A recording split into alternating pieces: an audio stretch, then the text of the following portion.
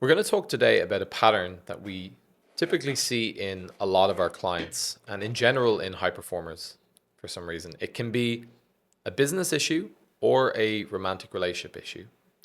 Some are aware of it, some are not. But either way, both find it very hard to break away from a difficult or challenging relationship, even when they know it's not right for them.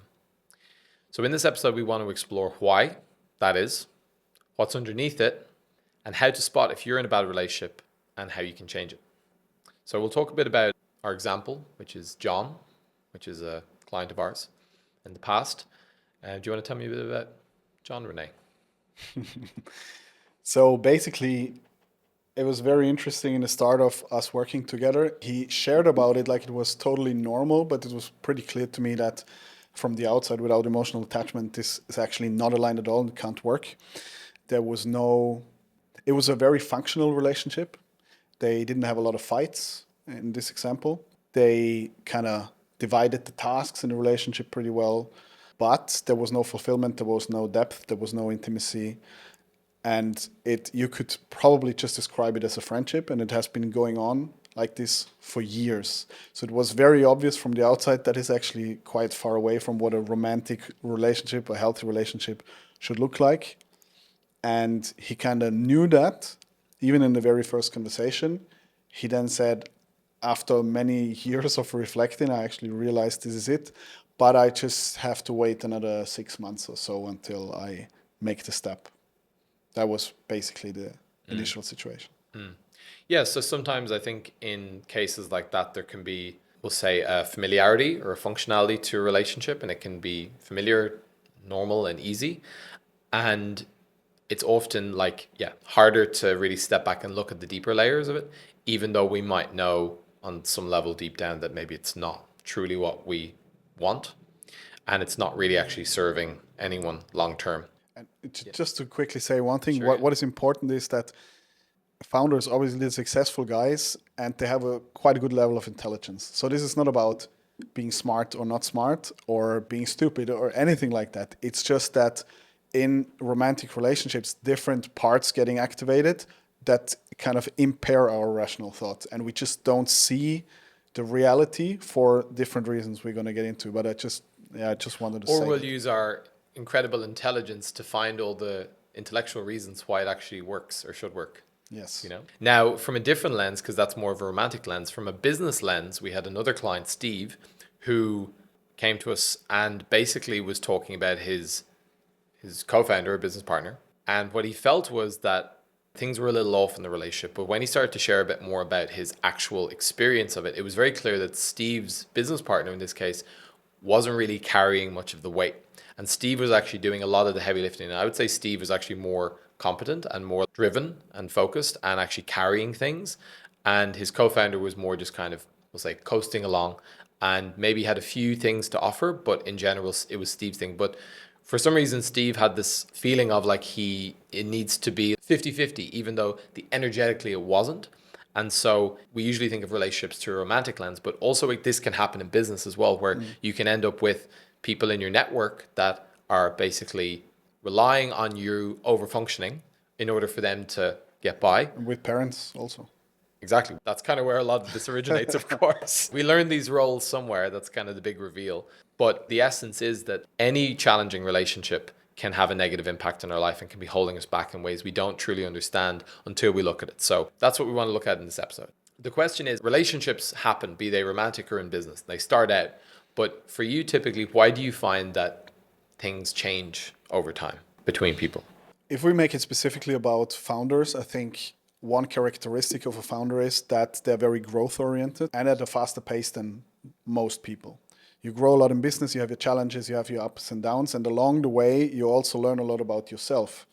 And I think what I've seen in many cases is that people meet somebody as a particular version of themselves years before, but then 5, 6, 10 years later, through the process of life, they just became a totally different person, and maybe the partner didn't grow at the same pace, and now they feel there's something off and they just are interested in different things now, or they have a different level of depth or how they want to live life, and they feel that there is a disconnection and an imbalance, but they are still stuck in the idea of how the relationship was in the start, and they're meant to be together. So it's like very difficult for that to kind of catch up, but you're not the same person anymore. So there's still maybe love and care, For but sure. but not compatibility. Yeah. Another big one that I see is when people meet, there's this phrase, a season, a reason, or a lifetime. So often when we meet someone, we would like to think it's always for a lifetime, but there may be a reason, i.e., a lesson you needed to learn through dating or being with that person or that co-founder.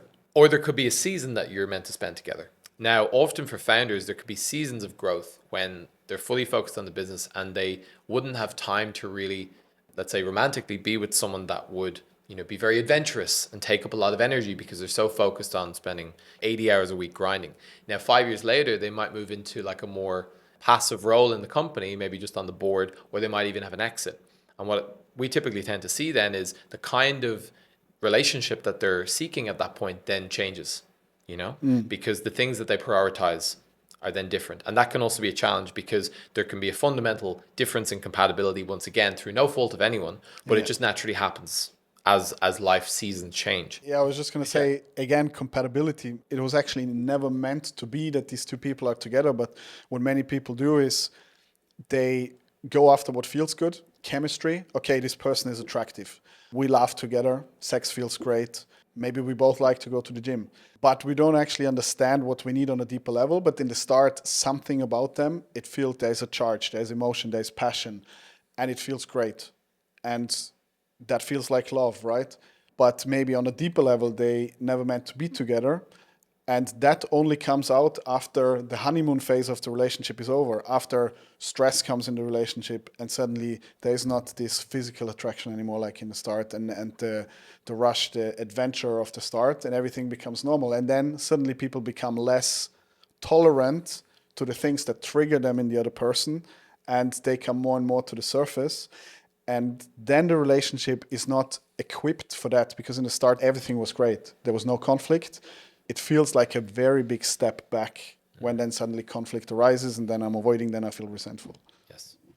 And also the fact that, again, spoiler alert, we're kind of destined to attract some version of our parents until we, or at least the attachment experiences we had early in life, until we experience it enough to realize that we don't want it anymore. So oftentimes people can come together and then at some point, again, in a co-founder dynamic or in a romantic dynamic, they may on some level start to feel like this isn't right. It doesn't feel good. But then rationally, they still haven't clicked or even feel on a deep level, I need to change this. So why do you typically find that people might even sense or even full on know that something's wrong for them, but still choose to stay? Now, I would say there's kind of 5 main reasons that we would see in our clients. The first one is they just don't have capacity. They don't have the energy to even think about it or look at it. Okay. And they think that they're actually saving themselves a challenge by putting it off to the side, but it's really just building up in the background. The second one is that they think about, just putting it off till late. Like they know it's not right, but they'll save it for a better time. It's not a good time right now. Then Waiting for the right moment. Exactly. There'll never be a right moment, to put it that way. The third one then is the fear of hurting the other person and therefore been seen as a bad person. This is a good one. The next one is if you've built a life with someone, then there's a familiarity, and then there can be like obviously a loss of a home environment or a feeling of safety or familiarity with that person, which again can be destabilizing, comes back to the capacity piece. And then the last one, like you said, is this clinging to an ideal or a dream, even though they know it's something's not right, a part of them still believes they can change, something can be different, or, their potential, what it could be. So there are kind of the 5 main reasons we see people staying in relationships when on some level they know they shouldn't. Yeah, I mean, I would have several stories to all of these, but I still remember this one thing that one of our guys told me a couple of years ago, when he recognized he has this pattern that he's unable to deal with a woman's emotion or being responsible for them, especially if they're negative emotions. And he was in a relationship overseas, and he started to notice this cannot work between us. But he realized she really wants this to work. So he would actually, first he tried to get her to also see it, but that didn't work. She still really wanted him. So he understood the only way to get out of this was to break her heart, basically, to break up. But he said it was it was impossible for him to think about that. I have to tell her, I don't think you're right for me. So he created another reason. He loved his job that he had overseas in South America, and he looked for a job back home in Germany so that he can tell her he had this amazing job opportunity. He must move back to Germany, and that's why they have to break up. So he said, I left the job that I loved. I left the country where I wanted to stay more just to avoid to tell her that I don't want to be with her. And life is breaking up for me, basically. And he's like, looking back now, I think that's crazy. But that's what happens in relationships. We don't think rational. It's like one step away from pretending you're dead or something, Yeah. like faking your own death to get out of a relationship. But that's really it. It's like the fear of being seen as a bad person, either by them or by others, is a strong bind that I've felt that in the past as well, in like those messy breakup situations, of that deep kind of people pleaser part of me that still lives in there somewhere. Yeah, it's like not a rational fear, but it's this thing of I'm a terrible person for hurting them, even though it's ultimately liberating and serving everyone. Like if we know that be it again the business relationship or the romantic relationship isn't serving, then it's in everyone's interests to not continue that, or at least in your interest. But it can sometimes be so difficult in that moment. And I want to say just a few words on the capacity one. So people stay in a relationship that drains their energy because they believe the conflict of ending the relationship would drain too much energy for them to handle, because they already have so much to do at work and they're overwhelmed there. So they rather keep the dysfunctional relationship floating because they feel they just have enough to keep themselves afloat, while actually ending a relationship that doesn't serve frees up so much capacity that you can actually have a life again. But I think that's also at the same time as it's a reason for why people stay too long. It's also a reason why a breakup happens. This lack of capacity, and even with small conflicts when the relationship is still fine or still good, even not saying the little things that trigger somebody because, oh, I don't have capacity for this. Because so many people frame conflict as something negative, or a difficult conversation as something negative, while in reality, if you communicate well, that can actually connect to people more. That's actually one of the patterns I work a lot with people in relationship coaching, to turn conflict from something we're afraid of to realizing it can actually be a beautiful thing to get to know the other person better, to teach them how to love you better, and just to change the mindset towards that totally. Yeah. One example with who we mentioned earlier, Steve, right? In his situation, the thing is, right, part of breaking up that co-founder relationship or that business, or finding different ways forward, would have required Steve to let go of his position of being the guy who comes in and saves the day. So other business partner would be working on things, doing things, would mess things up, would just disappear or check out or have a burnout or something. And then Steve would have to come in and pick up the pieces. Now, even though he might have complained about that, on some level, Steve loved being the hero. And so he's attracted someone who allows him to go, wow, how great is Steve? He came in, he fixed it. Wow, I can't believe he's so amazing, right? But what he's doing then is he's locking himself into a role that he is in some way receiving a benefit from. So one question that we can ask, we've got a series of things you can do about this if you kind of start feeling that you're in a difficult business or romantic relationship. But one of the things that Steve could do is to think about, what am I benefiting or gaining from staying in this, even though I maybe know deep down it's not for me. There's some payoff that he was getting that forced him to stay longer than he needed to, because a part of him was feeling really worthy or fulfilled by getting to be this kind of hero in his own story. So if you are someone who is listening to this and saying, okay, I think I got one or two of them in my life, but it's the thought of that deeper conversation and potential conflict or split is really a lot or overwhelming, there's one or two things that we can suggest. So I know you've got a really good technique that you like to use with people around. About the questioning. Yeah, business questions, yeah. I think this is really effective if you really try to listen now and ask yourself how you would react in that situation. So just first of all, imagine yourself, you're meeting a friend and he asks you how your business is going. Now, imagine your business going well. You just signed 5 really big deals and somebody asks you that question. That's a question you like to receive because you're feeling great about it. You can talk about it. You will feel in your body, oh, it's going so great. You're probably going to smile. Your eyes are going to shine. It's going to be a good energy.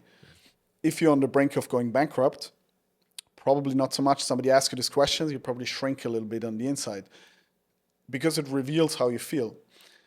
And if you take that to a relationship topic, though, it's probably even stronger because the business topic, sharing with another man about how business is going, good or bad, it's maybe not as shameful as admitting that our love relationship is failing. And this is something I noticed in the last 10 years working with people on relationships, watching their reaction to the question, how is your relationship going? Are you happy? How is your wife? Very few times I see somebody keeping eye contact, lighting up, telling me, it's so great, I'm so grateful to have her in my life. Amazing, whatever. Most of the time, people look down, say, oh, it's okay. I can see there is a lack of connection. They feel not comfortable with the question. So the question to you is when somebody asks you how your relationship is going, do you look them in the eye? Are you actually happy to answer the question? Or is there something in your body that completely distracts and avoids and just says, oh yeah, it's fine, and changes the topic? I think that's a really big tell sign. Yeah, and there's another one that is a juicy one as well that we've had with a couple of clients, which is the relationship pressure test with the button. And I think this is one where being slightly out of alignment in your relationship and things having gotten to a bad place without anyone's intention for it to go that way. It's not to say that there can't be things that change. It's not like you should break up with everyone in your life, but it's more about using it as a almost trigger or a mirror to look in and to say, maybe there's something I need to look at here a bit deeper. Maybe I need to work on this a bit because where it's at right now isn't allowing me to keep eye contact and lighting me up. So the other one, which is a really good emotion test as well, is the big red button. Yeah, and I also want to say that obviously our goal is not to have everybody break up with their partners, right? Like the first intention would be how can we support to actually deepen the connection. Of course. But sometimes when somebody is not emotionally attached and can hear all these stories, it's much easier to see it, especially when it comes to love. So one question I was thinking about when I was at the point where I really felt, I think this relationship is probably not going to work and the person is only staying for the wrong reasons because of fear of no capacity or fear of conflict or whatever. Yeah. So basically the question to ask yourself is, if you could remove all the pain from the breakup of this relationship, that includes she's not going to feel bad, you're not going to feel bad, your parents are not going to be angry at you, there's no repercussions, you can still be friends and everybody moves on with their life. If you could push a red button now and the relationship would be over with nobody getting hurt and everybody keeps on living their life, would you push that button? And that was a pretty brutal or surprising moment for some people asked that question. That somehow allowed them because they listened to me and like tried to follow in their mind and then realizing I would actually push that button. So I'm not staying here for the right reasons. Because it's also not fair to the other person, right? It's not like making people break up because we love it. It's like, hey, there is actually misalignment. And if you're not happy with her, it's also not in her benefit if you stay there. She also deserves to be with somebody who wants to be with her. Yeah, for sure. And I think to apply that then to the same business context we talked about with Steve, like in chats with Steve, it was very clear that at some point, the more he kind of connected to himself and what he really wanted, the more he could kind of recognize that staying in the relationship in the way it was set up wasn't serving him. Now, that's not to say that he needs to break up with his co-founder, but it's more about how, number one, can we change the terms of the relationship? So set some boundaries, call him forward, bring in someone else into the dynamic to help mediate or to move things forward. And then at the same time seeing, does he want to work with his co-founder forever? Or maybe his next project after this company, he does it slightly differently. So it doesn't have to be as extreme as maybe it is sometimes in a romantic context. This goes for friends as well. Friend breakups is a thing. But I guess what we're trying to really communicate with all of this is no matter what the dominant feeling is with that big red button, if you push the button and you feel regret, or you feel sadness and grief, and that could be a sign of like, hey, maybe there's something here that's worth working on and fighting for. But if the dominant feeling is like, oh, fucking thank God, then that's also a sign. It shows you an area that you're maybe not looking at something or avoiding something, which is also fine.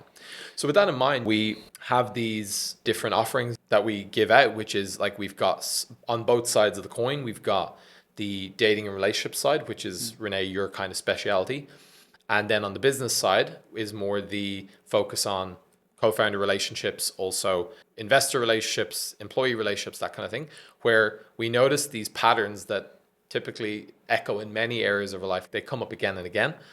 And so our approach to, whether it's business or relationship coaching typically leads back to the same kind of root cause usually, but we like to approach it in different ways. So Yeah, I think it's two different things, right? It's like deepen an existing relationship, trying to improve an existing relationship through certain communication tools. It's a huge problem for many people, authentic communication. Then just understanding own patterns, understanding compatibility, and just to last point to what we said before, if, for example, the problem in the relationship is people are not effectively communicating their needs, this is something that can be worked through. But if somebody is so different in how they want to live life, like he really once or twice a year needs a week going surfing somewhere to another country with his friends, but if she interprets this as, if you would love me, you wouldn't go to a holiday without me, and I will feel anxious and sad every day while he feels pressure while he's away every day and can't enjoy it. That's just like a fundamental thing how you want to live life. And that's like, nobody's wrong here, but here it's better to walk away. She will always be anxious and never happy, and you will feel not free. Just as an example. And when it comes to the dating, I think this really inspired me. I have done this for many, many, many years. When I was 16, I was ghostwriting text for other guys already. So I was always in this topic kind of. But I think the thing that really gave me new motivation was after my personal breakup that was really tough and difficult. And I started to work with a coach in this time as well. And he basically inspired me to really use this time of pain to understand what's really going on in me, what worked, what didn't, and how I want to create my next relationship and not learn another lesson, but actually keep this partner. And that was a really big motivation for me to really look at things and also getting really inspired of what's actually possible in a relationship, how to create a healthy relationship, how to date with intention, how to be so unapologetically myself, and how to create a real connection that can actually last. And I think that's like probably the thing I'm most excited about now, to work with people who say, hey, I'm at a point in my life where I would really love to meet somebody. I maybe don't fully believe I can for whatever reason, or I don't find the right person, or I'm always choosing the same kind of pattern of partner, whatever it may be. And really looking at that and then changing direction. And it's been super profound to see what happened for some of the guys we did this with, and how, what great relationships can be created. Because it's a difficult topic nowadays, so many relationships fail. Most of them do, actually. And I think it's really important because it's, affecting the quality of our life and how we feel every day. Totally.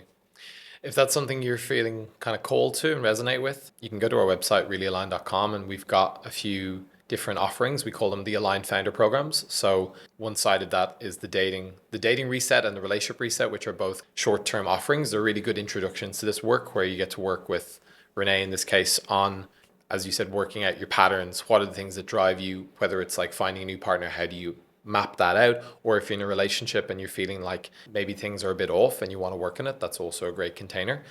And then on the more kind of business co-founder relationship side, we've got the founder reset, which is for guys in the company running it every day, in the weeds, dealing with the problems as they come up. And then the post-exit reset is more focused on guys who've maybe come out of a business and maybe they had dynamics in their old business with business partners and they want to do something differently next time. They don't want to attract another co-founder who's just going to like leech off them. Or they maybe want to get clear on like, what is my next step in life? So for all those reasons, we've created these programs, and so far they've been pretty awesome and really fun to run.